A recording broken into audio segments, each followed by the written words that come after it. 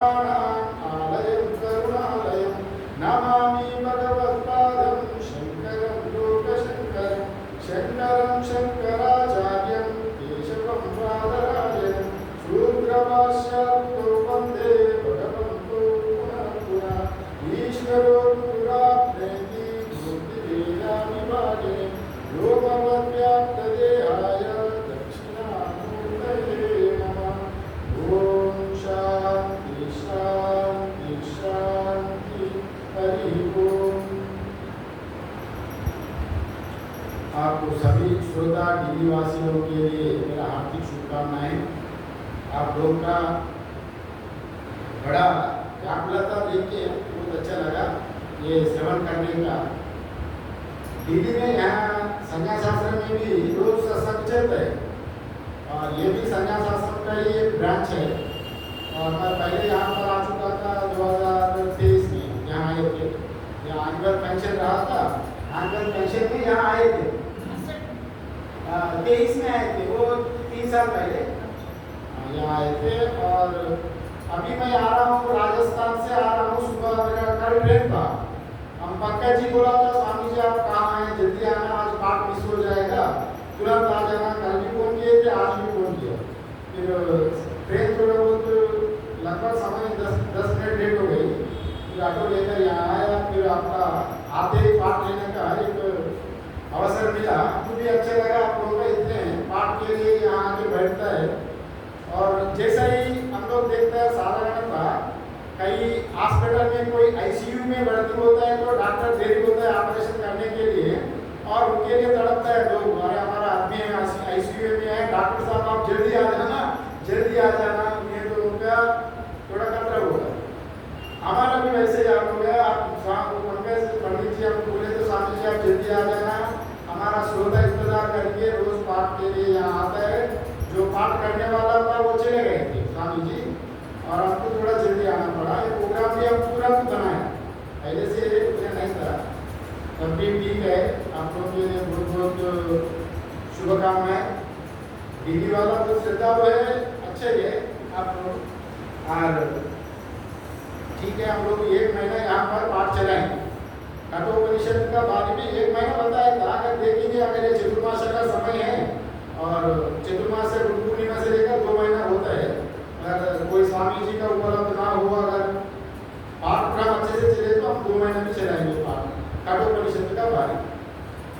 ये कठोपनिषद है हमारा दश उपनिषदों में आदिगुरु शंकराचार्य ने भाष्य लिखा था 10 उपनिषद का ऊपर। उसमें एक कठोपनिषद भी आता है। केन कटमुंड मांडुक्य पितरि ऐतरेयं च चांदोग्यं गुरोदारण्यकं तथा। ये एक उपनिषद में ही ये कहा गया। ये 10 उपनिषद का ऊपर आदि शंकराचार्य भगवत्पाद ने भाष्य लिखा। उनको ये उपनिषद का ऊपर भाष्य लिखने का भी एक मकसद है। ये है ब्रह्मसूत्र में व्यास जी जब ब्रह्मसूत्र लिखा था, ज्यादा से ज्यादा इसी उपनिषद में, ये 10 उपनिषद में से ही ब्रह्मसूत्र का उल्लेख किया गया। इसलिए ये 10 मुख्य उपनिषद माना जाता है। वैसे ही 108 उपनिषद है। उपनिषद कितने हैं? 108 है। मगर तो 108 अभी लिखित रूप में है। माइनर उपनिषद, मेजर उपनिषद, ये सभी अभी आपको उपलब्ध है। और इसको पहले बार तर्जुमा किया था दाराशिकों में और लिपिबद्ध किया गया। उसका पहले इसको कई कपड़ा के ऊपर, कई पत्रों के ऊपर लिख के सुरक्षित किया गया उसका पहले। और हमारा जो परंपरा लोग मुखस्तुत भी करते थे इसको, और बाद में इसको दाराशिकों ने इसको पहले इसको लिपि में लाया है। और बाद में पूरा 108 उपनिषद है।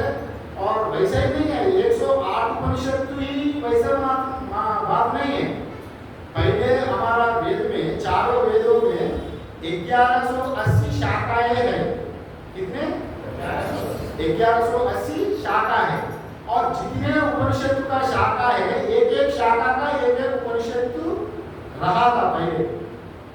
एक शाखा का चारों वेदों में और 1180 शाखा है। 1180 शाखा में एक एक शाखा का एक एक उपनिषद का, और बाद में सभी लुप्त हो गए।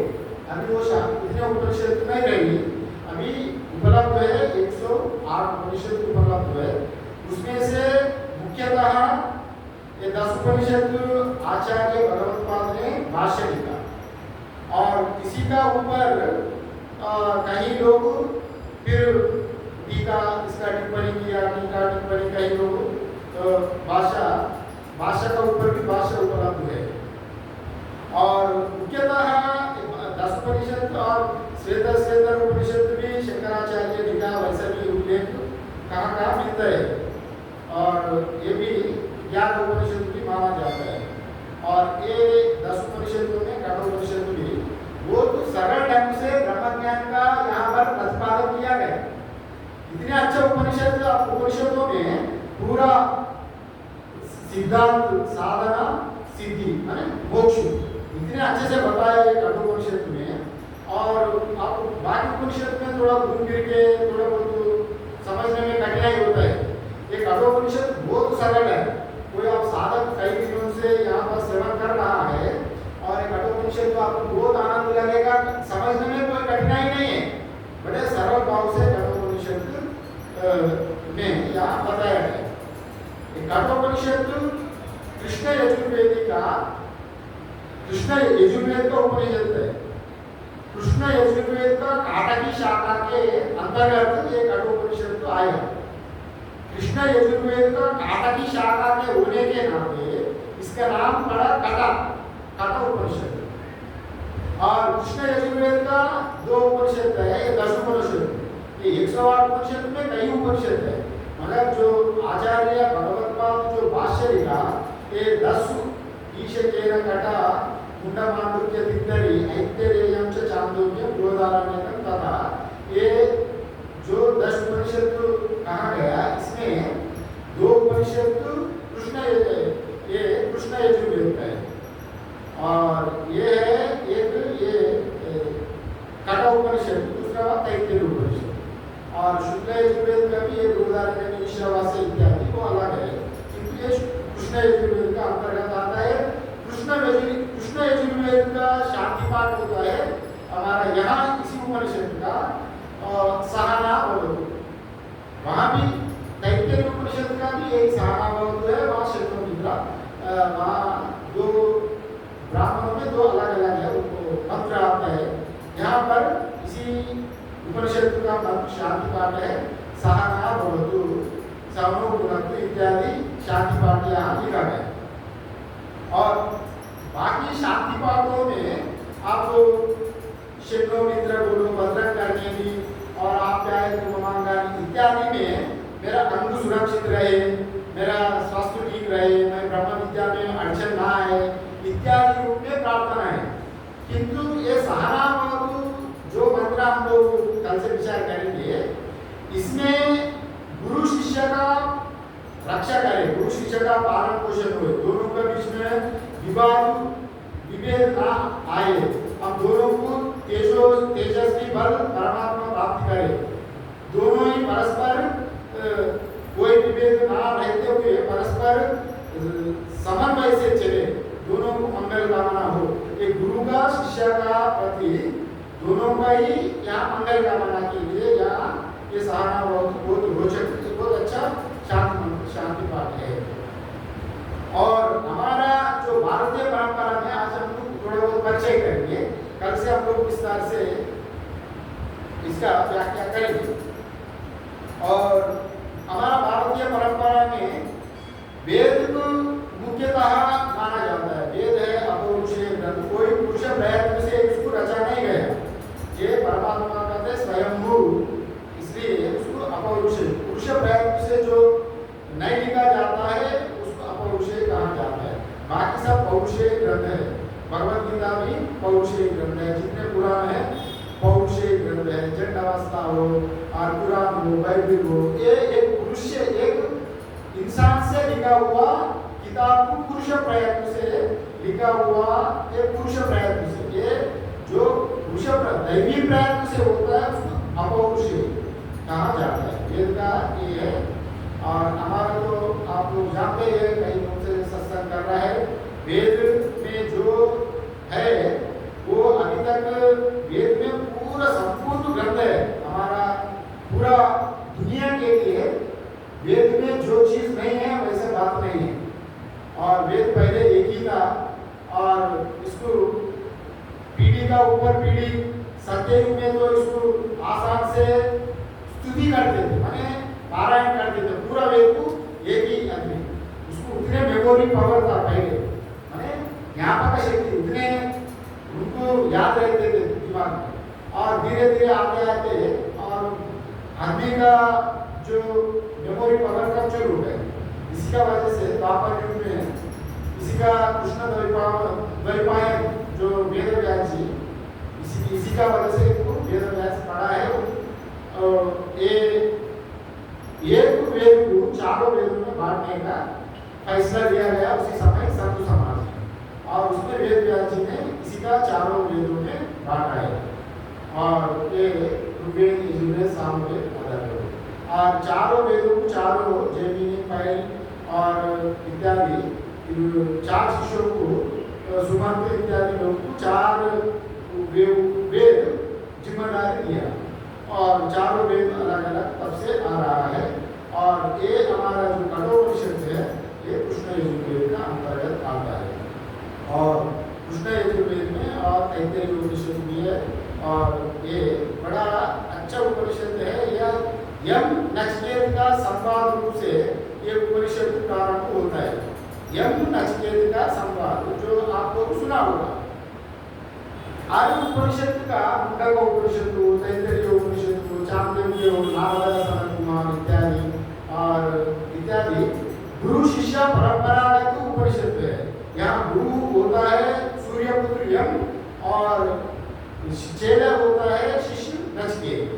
और नचिकेत बालक था, बालक बोलते हुए उनका विवेक बुद्धि इतने विवेक वैराग्य घटित था और नचिकेत जी का। इसलिए ये उपनिषद बड़ा सरल भाव से, सरल ढंग से बड़ा प्रतिपादन किया ब्रह्म तत्व। और हम लोग आज उपनिषद मतलब हम साधारण रूप में उपनिषद के 3 बात आता है। इसका थोड़ा देर वर्णन करके हम लोग उपनिषद मतलब उपा मीन्स पास। उपा मीन्स पास मतलब किसका पास? गुरु जी का पास। गुरु जी का पास बैठ के ही इसको सेवन करने का विधान है। उपा मीन्स पास, नी मीन्स नितांत निकट, माने गुरु जी का निकट में निश्चय करके। नी मीन्स निश्चय करके, निकट निकट भी आता है निश्चय करके, निश्चयात्मक बुद्धि से। और उपा मीन्स पास में, नी मीन्स निश्चय करके, शब्द मीन्स सदु या सदु धातु आता है। जो सदु धातु का अर्थ 3 अर्थ आया है। जो सदु धातु का 3 अर्थ, एक नाश, एक गति और एक शिथिल। सदु धातु का 3 अर्थ आता है, एक गति, नाश, शिथिल। माने हम लोग का अगर उपनिषद पढ़े तो हमारा गति ऊर्ध्व गति होगा। उपनिषद पढ़े तो हम ब्रह्म का प्रति हमारा गति बढ़ेगी, आत्मा का प्रति हमारा गति बढ़ेगी। माने अनित्य प्रपंच का प्रति नहीं जाएगा, हमारा स्वरूप का प्रति हमारा गति जाएगी। वो हमारा गति क्या है? हम ब्रह्म ज्ञान में आरूढ़ होना। किसी का गति को अच्छा गति में हमारा संगति होगा, वही ब्रह्म प्राप्ति का में उपलब्धि के लिए ही हमारा वो मार्ग ये दिखाई। और दूसरा नाश। नाश मतलब हमारा अंतःकरण में पड़ा हुआ जन्म जन्मांतर से जो संस्कार है वो नाश करवाने वाला है ये उपनिषद। माने अज्ञान का नाश ही नाश कहा गया। जो सद धातु का अर्थ नाश भी होता है, अज्ञान का नाश। और उत्तम गति वो ब्रह्म विद्या में उत्तम गति होगा। और शिथिल, शिथिल मतलब अंतःकरण में जो पड़ा हुआ जो अज्ञान का जो मैला है, मल विक्षेप, जितने मल दोष और विक्षेप दोष, दो दोष अंतःकरण में रहता है। हमारा जो काम क्रोध लोभ मोह मद मत्सर की वजह से अंतःकरण के मल दोष पड़ा रहता है, और विक्षेप दोष माने मन चंचल होना, जो साइकोलॉजिकल प्रॉब्लम्स, मानसिक टेंशन, जो जितने विक्षेप का कारण होता है, मन चंचल रहता है।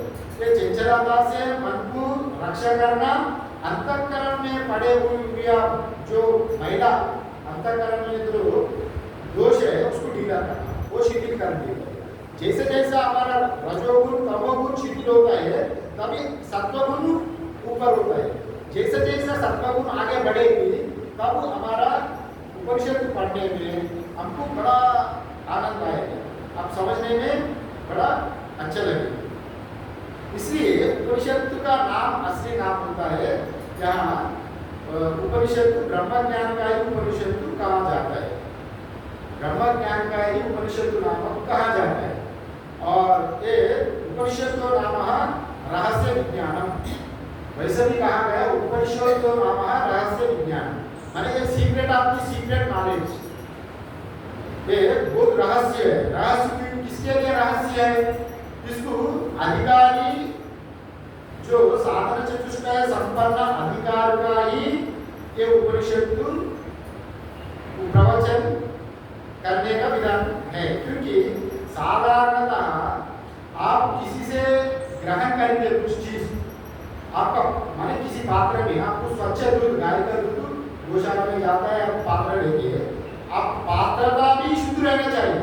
अगर दूध उपनिषद में दूध है और वो दूध लेके आपका पात्र में डालेंगे, पात्र अच्छा नहीं रहे तो दूध पड़ जाएगा ना। गंदा पात्र में अगर दूध डालेंगे, दूध कोई काम का नहीं होगा। इसलिए रहस्य विज्ञान उपनिषद को कहा गया, जो अग्रया सूक्ष्मया बुद्धि सूक्ष्मया सूक्ष्मदर्शिनी, जिसका अंतःकरण शुद्धि होकर बुद्धि तीक्ष्ण है, मल विक्षेप थोड़ा कम है, उनको ही उपनिषदों का बोध करने का विधान होने के नाते ये उपनिषद नाम रहस्य विज्ञान कहा गया। उपनिषद तो सबको समझ नहीं आता, और छोटा मोटा कहानी बताओ, पुराण बताओ और थोड़ा भागवत का कथा करो, ये समझ में आ जाता है, किंतु उपनिषद में समझना थोड़ा कठिन पड़ता है। तब भी हम लोग छोड़ना नहीं, कठिन पड़ता है। कभी उसका अर्थ एक दिन तो परिपूर्ण होता है। हर शब्द का अर्थ एक दिन तो एक दिन हमारा बुद्धि में जब टैली हो जाता है, तो पासवर्ड, जैसा आजकल पासवर्ड उपनिषद का पासवर्ड कोड है, कभी ना कभी कोई ना कोई अभी पासवर्ड खोल गया तो आपका पूरा काम बन गया। मैंने आपका अंतःकरण का जो चिद्यते सर्वसंग हृदयते विद्यते हृदय ग्रंथि चिद्यते सर्वसंशया क्षीयन्ते चास्य कर्माणि तस्मिन् दृष्टे बराबरि। जैसा हमारा हृदय ग्रंथि, हृदय में जो ग्रंथियां है, वो जैसा एक तलवार से अभी छेदन करे तो पूरा खुल जाता है, वो गांठ, जैसा गांठ अंतःकरण का महिला अंतःकरण का विक्षेप मल दोष अगर विषेद हो गया, हम और मुक्त होगा, मुक्त हो जाएंगे। वैसे ही अगर ये उपनिषद को नाम रहस्य विज्ञान क्यों कहा गया, इसको उपनिषद नाम ब्रह्म ज्ञान का ही उपनिषद कहा गया, इसी का वजह से ये साधक लोगों के लिए ही इसको उपनिषद को बोलने के लिए विधान है। और यहाँ पूर्व पक्षी ने शंकर भाष्य में आनंद टीका में एक शंका उठाता है, उपनिषद तो नाम ब्रह्म ज्ञान का ही उपनिषद नाम क्यों कहना है। हम साधारणतः रूप में कई ग्रंथालयों में, यूनिवर्सिटी में जो बच्चों को पढ़ता है ना, फिलॉसफी पढ़ने वाला, वो भी उपनिषद पढ़ता है। फिलॉसफी का ऊपर वो एमए करता है, पीएचडी करता है, और वो जो पढ़ाता है डीन्स लेक्चरर्स, वही लोग भी उपनिषद पढ़ा रहा है, उपनिषद पढ़ रहा हूँ बोलता है। वो लोग बोलता है मैं ब्रह्म ज्ञान पढ़ रहा हूँ, ब्रह्म ज्ञान का नाम उल्लेख नहीं देता है। आप कहाँ कैसा कह सकते हैं, आप उपनिषद का नाम ब्रह्म ज्ञान ही कैसा प्रतिपादन कर सकते हैं। वैसा एक शंका उठाता है पूर्व पक्षी। अभी आचार्य शंकर जी ने उत्तर देता है, वो ठीक है, आप जो कह रहा है वो भी ठीक है, व्यवहार का दृष्टि से उपनिषद पढ़ रहा हूँ, ब्रह्म विद्या पढ़ रहा हूँ, वो ठीक है, किंतु जो लोग यूनिवर्सिटी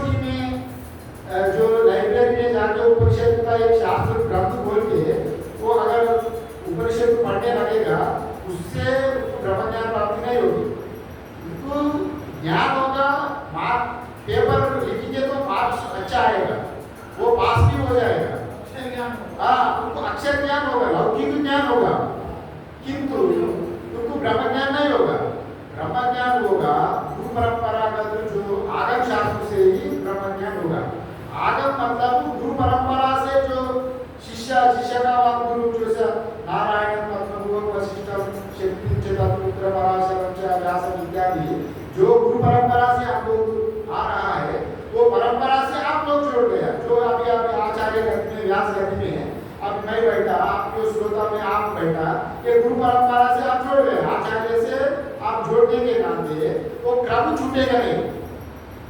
जब वो क्रम अभी इसी जीवन में आप जितने आध्यात्मिक विचार सुन लिया, अभी अगले जीवन में भी आपका क्रम नहीं छूटे। अगर जो आदमी लाइब्रेरी में, अगर यूनिवर्सिटी में जो लोग पढ़ रहा है, वो जिज्ञासु नहीं है। उनका लौकिक जीवन में अगर उनको कमाई करना, अगर फिलॉसफी अच्छा स्कोरिंग है, इसमें फिलॉसफी में अभी आप IAS भी लिखेंगे, UPSC लिखे तो बड़ा स्कोरिंग आता है, इसमें समझने में वो अच्छा है, इसलिए स्कोरिंग के लिए पढ़ता है। इसको बड़ा मार्क्स, ज़्यादा से ज़्यादा मार्क A+ अच्छा मार्क 90+ हम लोग स्कोर करेंगे और अच्छे से अच्छे पेपर में ज़्यादा मार्क्स आए तो वो अच्छा गति होगा। कहाँ इंटरव्यू में जाए तो भी आसान से इसको प्रश्न दे सकते। इसी का वजह से वो कॉलेज में विद्यार्थी लोग, आचार्य लोग वहाँ उपनिषद भी बताता है, उपनिषद भी सीखते हैं, मगर उनका उद्देश्य ब्रह्म ज्ञान प्राप्ति, आध्यात्मिक उन्नति नहीं है।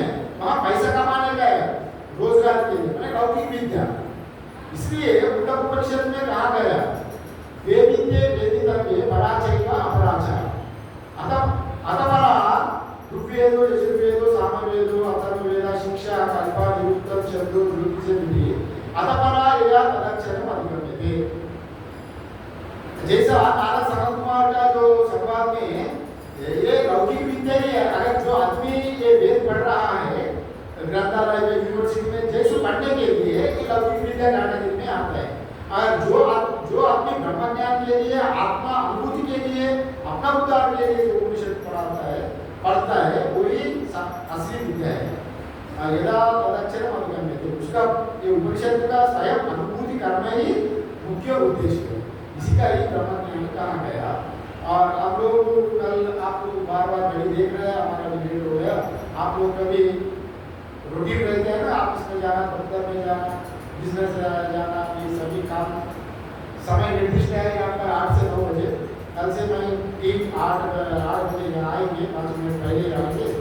आप लोग कल से हम लोग विस्तार से इसका थोड़ा परिचय, शास्त्र का परिचय क्या है, शास्त्र का परिचय करा के और बाद में उपनिषद का शांति पाठ से लेकर हम लोग धीरे धीरे उपनिषद में प्रवेश करेंगे। ये उपनिषद बड़े किसी का बोर नहीं लगेगा, बड़ा पहले कहानी का माध्यम से नचिकेत यज्ञ का संवाद जैसा वाजश्रवस में यज्ञ करता है, वाजश्रवस यज्ञ करता है और वो यज्ञ में दान दक्षिणा देने का बात आता है तो कुछ दक्षिणा वैसा देता है पूरे गाय का, वो नचिकेत को उसको अच्छा नहीं लगता है। वैसा गाय कोई भी आदमी की अच्छा चीज़ नहीं दे तो वो उनका गति अच्छा नहीं होगा। सुगर कुगर जन्म पाप योनि में जाने का भी शास्त्र कहा गया। मेरे पिताजी वैसा दुर्बल, जो पानी पीने वाला नहीं है, घास खाने वाला नहीं है, दूध देने वाला नहीं है, वैसा गाय ब्राह्मणों को ध्यान दे रहा है, वो घर में जाके क्या करेगा, उसका बोझ उल्टा पड़ेगी ना। वो घास खिलाना है, फिर उसको पानी पिलाना है, सेवा करना है, दूध तो नहीं देगा, फिर वो ब्राह्मण को ज़्यादा और परेशान ज़्यादा होगा। इसलिए वैसा दान नहीं देना, वैसा दान देने वालों को नरक में जाना, सुगर कीड़ा पतंग में लूटने पड़ेगा। मेरा पिताजी वैसा दान दे रहा है, उसको वैसा रक्षा करना, मेरा पिताजी का रक्षा करने का दान मेरा है। इसलिए पिताजी, मैं भी आपका संपदा हूँ, मैं आपका पुत्र होने के नाते मैं भी आपका संपदा भी हूँ, हम किसको दान दिए। और वैसा 2-3 बार बोले पूछे तो उनको गुस्सा में हम लोग बोलते हैं ना,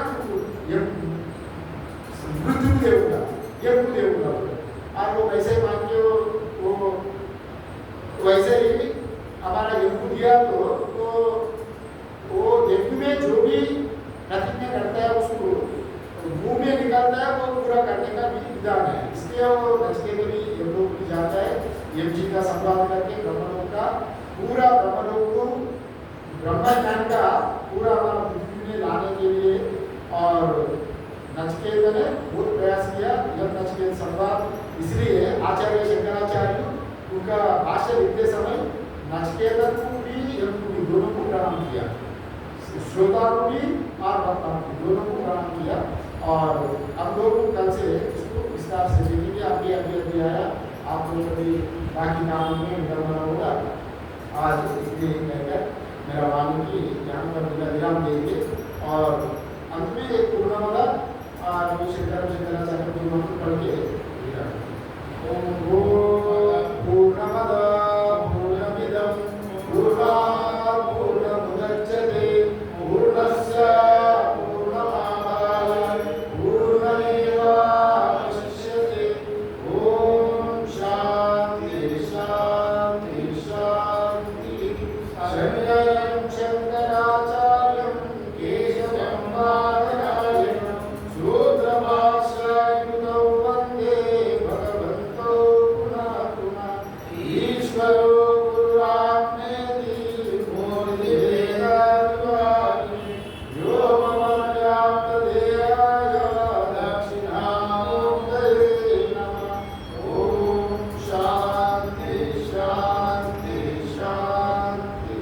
सर्वे भवन्तु सुखिनः, सर्वे सन्तु निरामयाः, सर्वे भद्राणि पश्यन्तु मा कश्चित् मा भवेत्।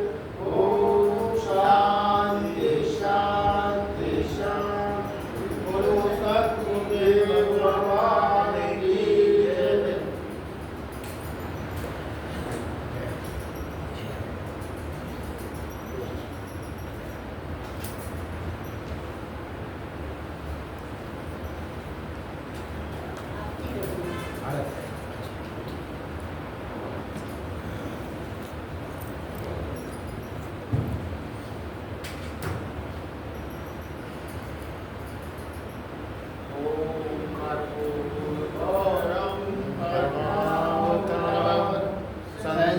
संसारसारं भुजगेन्द्रहारं सदा वसन्तं हृदयारविन्दे भवं भवानी सहितं नमामि। अशस्गिरिसमं सिन्धुपात्रं सोरतर्वर्थालेखनीपत्रमोर्मे लिखितयधीरेषु शारदा सर्वकालं तद्मे गुणानां शिवारं नयामि। त्वमेव माता च पिता त्वमेव बन्धो च सखा त्वमेव विद्याधरणं त्वमेव सर्वं मम देवदेव। ॐ नमः पार्वती पते हर हर महादेव।